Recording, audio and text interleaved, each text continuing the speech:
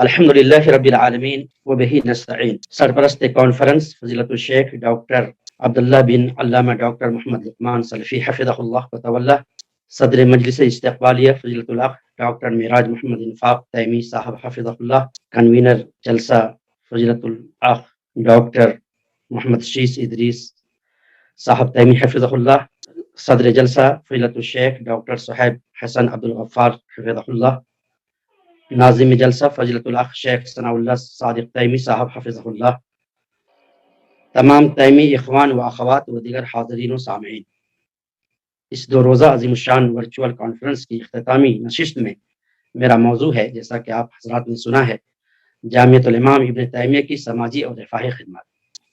Central موضوع کے تحت چند ذیلی عناوین ہیں، جس میں جامعہ کا مختصر تعارف، سماجی خدمات کی اہمیت اور جامعہ کی پیش رفت، سماج کے عقائد کی اصلاحات میں جامعہ کا کردار، جامعہ کے ذریعے سماج میں مساجد کی تعمیر، جامعہ کے ذریعے سماج کی بیواؤں، یتیموں اور محتاجوں کی کفالت، سماج کے ہر طبقہ کے لیے جامعہ ویلفیئر ہاسپٹل کا قیام، کلیہ خدیجۃ الکبریٰ سماجی خدمات کا ایک روشن باب، قدرتی آفات میں جامعہ کے ذریعے سماجی خدمات۔ یہ سب ذیلی عناوین ہیں، اور اس مختصر سے وقت میں تمام مواد کو ایک ساتھ پیش کرنا مشکل ہے۔ اس کے باوجود چند اقتباسات آپ حضرات کے سامنے پیش کرنا چاہتا ہوں۔ جامعہ کا مختصر تعارف، متعدد بار اس کا تذکرہ مختلف مضامین میں آیا ہے، اس لیے اسے قطع نظر سماجی خدمات کی اہمیت اور جامعہ کی پیش رفت پر ایک اقتباس پڑھتے ہیں۔ قرآن مجید اور احادیث نبویہ میں بے شمار جگہوں پر سماجی خدمات کا تذکرہ ہے۔ انہی میں سے ایک مقام پر اللہ رب العالمین ارشاد فرماتا ہے، لیس البر ان تولوا وجوہکم قبل المشرق والمغرب ولكن البر من آمن بالله واليوم الآخر والملائكة والكتاب والنبيين وآتى المال على حبه ذوي القربى واليتامى والمساكين وابن السبيل والسائلين وفي الرقاب وأقام الصلاة وآتى الزكاة والموفون بعهدهم إذا عاهدوا والصابرين في البأساء والضراء وحين البأس أولئك الذين صدقوا وأولئك هم المتقون۔ سماجی اور رفاہی خدمات کے پیش نظر اس واقعہ کو ذکر کرنا مناسب سمجھتا ہوں۔ جب آپ صلی اللہ علیہ وسلم پر پہلی وحی کا نزول ہوا تو آپ بالکل گھبرا گئے، سیدھے سیدہ خدیجہ رضی اللہ عنہا کے پاس پہنچے اور ساری کیفیات سے انہیں آگاہ کیا۔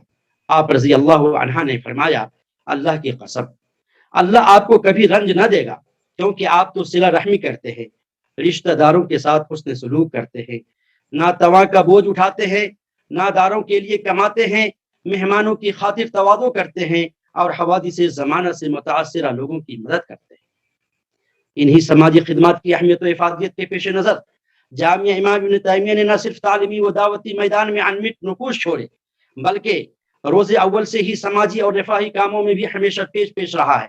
جامعہ نے جہاں یتیموں اور بیواؤں کی کفالت، غریب و نادار طلبہ کے لیے ہر طرح کی ضروریات کی سہولت اور غریب و یتیم بچوں کی شادیاں کرانے میں بڑھ چڑھ کر حصہ لیا ہے، وہیں جامعہ کے ذریعے مساجد و مدارس کی تعمیر و ترقی، قبرستان کی گہرا بندی، اسکول و کالجز اور ڈسپنسریاں وغیرہ قائم کی گئی ہیں، جن کے ذریعے محتاجوں اور ضرورت مندوں میں ادویات مہیا کرائی جاتی ہیں۔ سماج کے عقائد کی اصلاح کی بات کی جائے، جامعہ امام ابن تیمیہ توحید کا علمبردار اور خالص اسلام کا آہنی قلعہ ہے۔ توحید اور منہج کتاب و سنت اس کا قرۂ امتیاز ہے۔ اپنے آغاز قیام سے لے کر اب تک توحید اور کتاب و سنت کے منہج پر گامزن ہے۔ بنابراین جامعہ نے سماج و معاشرت سے بت پرستانہ عقائد، غیر اللہ کی عبادت اور ان کے نام پر قربانی، نظر و نیاز اور چڑھاوا جیسی شرک جلی پر مبنی عقائد، اوہام و خرافات، بدعات و دلالت کو ختم کرنے میں اہم رول ادا کیا ہے، جس کے لیے جامعہ سے منسلک علماء و دعات ممبر و محراب کے ساتھ ساتھ گاؤں گاؤں اور کوچے کوچے کا سفر کیا ہے۔ متعدد موضوعات پر مختلف زبانوں میں کتابوں کی تصنیف و طباعت اور مفت تقسیم اور جرائد و مجلات کے ذریعے لوگوں تک کتاب و سنت عام کرنے میں اہم رول ادا کیا ہے۔ مخالفتوں اور ریشہ دباریوں کے بعد سموم میں جامعہ پوری خود اعتمادی اور حوصلے کے ساتھ اپنی منزل کی طرف رواں ہوا ہے۔ جامعہ کے ذریعے سماج میں مساجد کی تعمیر، سماج و معاشرے میں مساجد کی اہمیت مسلم ہے۔ یہی وہ جگہ ہے جہاں سے سماج میں فلاح و بہبود کے کام انجام پاتے ہیں۔ چنانچہ اسی کے پیش نظر جامعہ نے بھی اس جانب خوب اپنی توجہ مرکوز کیا ہے اور ملک کے مختلف گوشوں اور محلوں میں مساجد کی تعمیر و ترقی کا کام کیا ہے۔ اس مختصر مضمون میں تمام مساجد کا احاطہ مشکل امر ہے۔ بعض نمونہ چند مسجدوں کا ذکر کیا جاتا ہے۔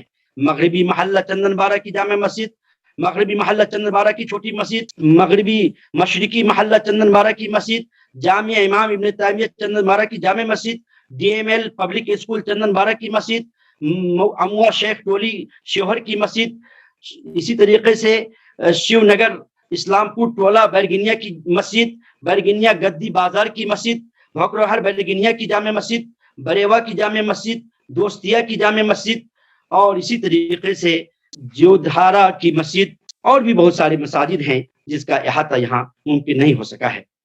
جامعہ کے ذریعے سماج کی بیواؤں، یتیموں اور محتاجوں کی کفالت۔ جامعہ امام ابن تیمیہ کے کیمپس میں ہی کئی رفاہی ادارے قائم کیے گئے ہیں، جن میں ایک دارالایتام والیتیمات ہے۔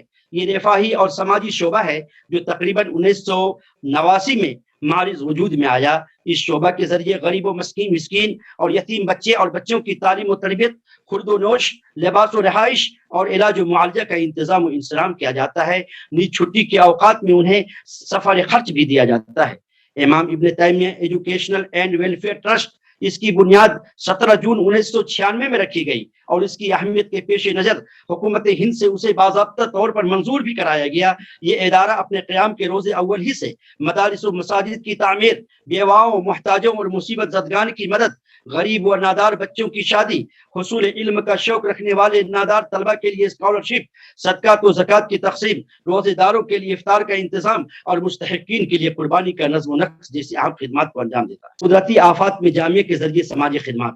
قدرتی آفات اور ناگہانی حادثات یہ ایسے مصائب ہیں جن پر انسان کا زور نہیں چلتا۔ آدمی پل بھر میں کہاں سے کہاں ہو جاتا ہے، سیلاب متاثرین ہو یا زلزلہ اور آگ زنی کے شکار افراد۔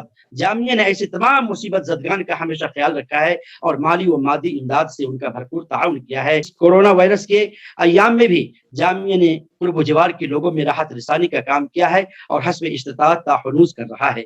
جامعہ کی سماجی خدمات کی یہ چند حلقیاں بہت مختصر انداز میں آپ حضرات کے حوالے کیا گیا ہے، ورنہ تو خود جامعہ نے سماج کی جو خدمات کی ہے وہ تاریخ کا ایک روشن باب ہے۔